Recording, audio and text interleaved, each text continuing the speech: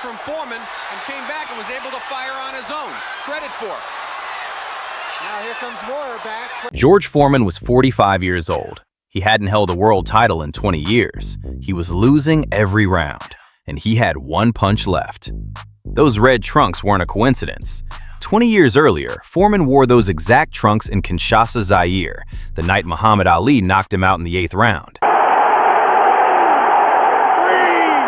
That loss took his title, and by his own account, it took a lot more than that.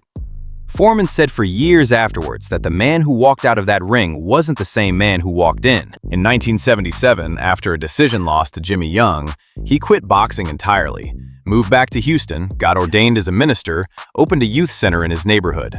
The weight came on. The intensity that had made him frightening to look at, let alone fight, that went too.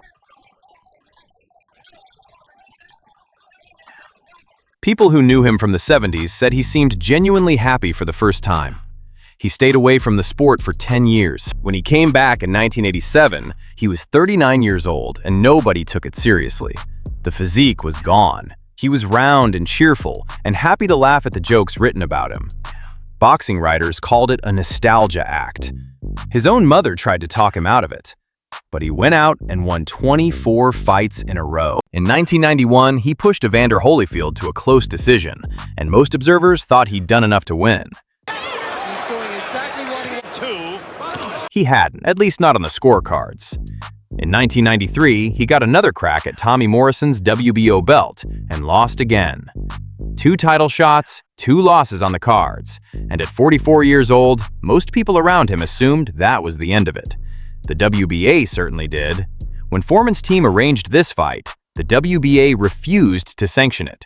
They weren't willing to rank him as a contender, and they threatened to strip Moorer of the belt if he went ahead.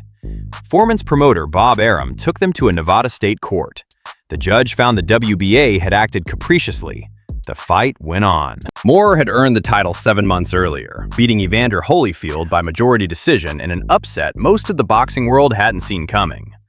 Holyfield was the 2-time undisputed champion and the heavy favorite, and Moorer outworked him over 12 rounds to take the belts. At 35-0, he was the first southpaw in history to hold the heavyweight championship. He was 26 years old, and he'd never been beaten. Larry Merchant, ringside for HBO, put it the way most people in the building were already thinking it. George has got sweat socks older than Moorer. The bookmakers had Foreman at 2-1 underdog. Most people in that building thought they were watching a farewell. From the opening bell, it looked exactly like that. Moorer is a southpaw, which means his lead hand is the right, and that jab controlled the early rounds completely. It kept finding Foreman's face, snapping his head back, and by round 4, the left eye had already started to close. Moorer was circling to his right the whole time, away from Foreman's power hand, making the whole thing look comfortable. Foreman looked rusty with that exchange. He wasn't just winning rounds, he was winning them without taking much back. Foreman's answer to all of it was to keep walking forward. Arms crossed in front of his face, head tucked, absorbing the jabs and closing the distance. In round 3, he did catch Moorer with a short right hand that hurt him. You can see the knees go slightly. But Moorer shook it off and went straight back to work. The crowd had been chanting George's name since almost the first bell. They wanted the miracle. They just couldn't see where it was coming from. Rounds 4 and 5 were more of the same. Moorer picking, moving, the judges giving him every round without debate. Foreman taking everything, expression unchanged, still coming. By round 6, the left eye was almost completely shut, and by any straightforward reading of the fight, it was well on its way to being over. But round 6 was also where Foreman started landing. Right crosses that moved Moorer back. Body shots you could hear from ringside. Moorer fired back and probably won the round. But for the first time, the shots going the other way were heavier. Lampley called it on the broadcast. Moorer allowing Foreman to land, and the big man is getting off to good effect. What Foreman said after the fight, and what his corner had built a whole strategy around, was that the jab wasn't a scoring punch, it was a teaching tool. For 5 rounds, he'd been throwing it with nothing behind it. Same jab, same look, nothing follows. getting Moorer's eyes trained to expect it and dismiss it. From round 6, he started putting the right hand around it, a little wider each time. Teddy Atlas had noticed. Between rounds, he kept telling Moorer, "Stand back. Don't let this man get comfortable at close range." Moorer heard it. He just couldn't fully feel the danger yet, because it had been arriving gradually all night, disguised as a jab that never seemed to matter. After round 7, Angelo Dundee, who had stood in the opposite corner the night Ali knocked Foreman out in Zaire, who had watched all of this from the other side of the ring 20 years ago, leaned into his fighter's swollen face and said, "Dynamite. That's all I want to hear." Going into the 10th, all 3 judges had Moorer winning. Chuck Giampa and Jerry Roth both had it 88 to 83. Dwayne Ford had it 86 to 85. Dundee told Foreman straight, "You're behind on every card. A knockout is the only thing that wins this." In Moorer's corner, Atlas was still saying the same thing he'd been saying all night.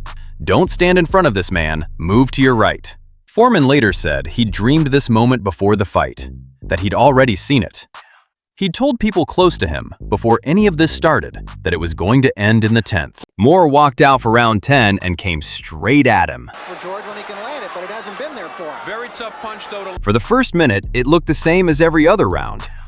Then Foreman landed a right hand that rocked Moorer back on his heels, and the crowd came up. He's not moving. Moorer did what he'd been trained to do. Grabbed, held, waited for the moment to pass. For the next 50 seconds, Foreman kept hunting, throwing combinations that mostly missed, his legs getting heavier with each one.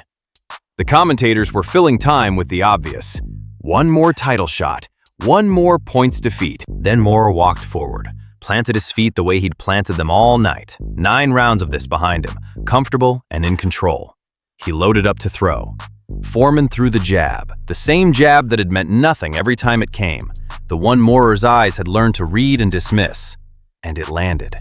And in the half second that Moorer's vision adjusted, the right hand was already on its way. Moorer went down flat on his back. Referee Joe Cortez counted to 10. Moorer was still on his knees when he got there. George Foreman, at 45 years and 360 days old, was the heavyweight champion of the world, the oldest in history by 8 years. The George Foreman turned professional. He pointed to the sky, still wearing the same red trunks from Kinshasa. Before the fight, he'd said he wanted to lay that ghost to rest.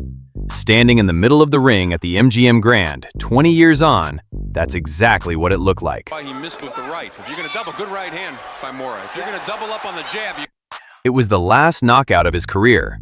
He never stopped another man again.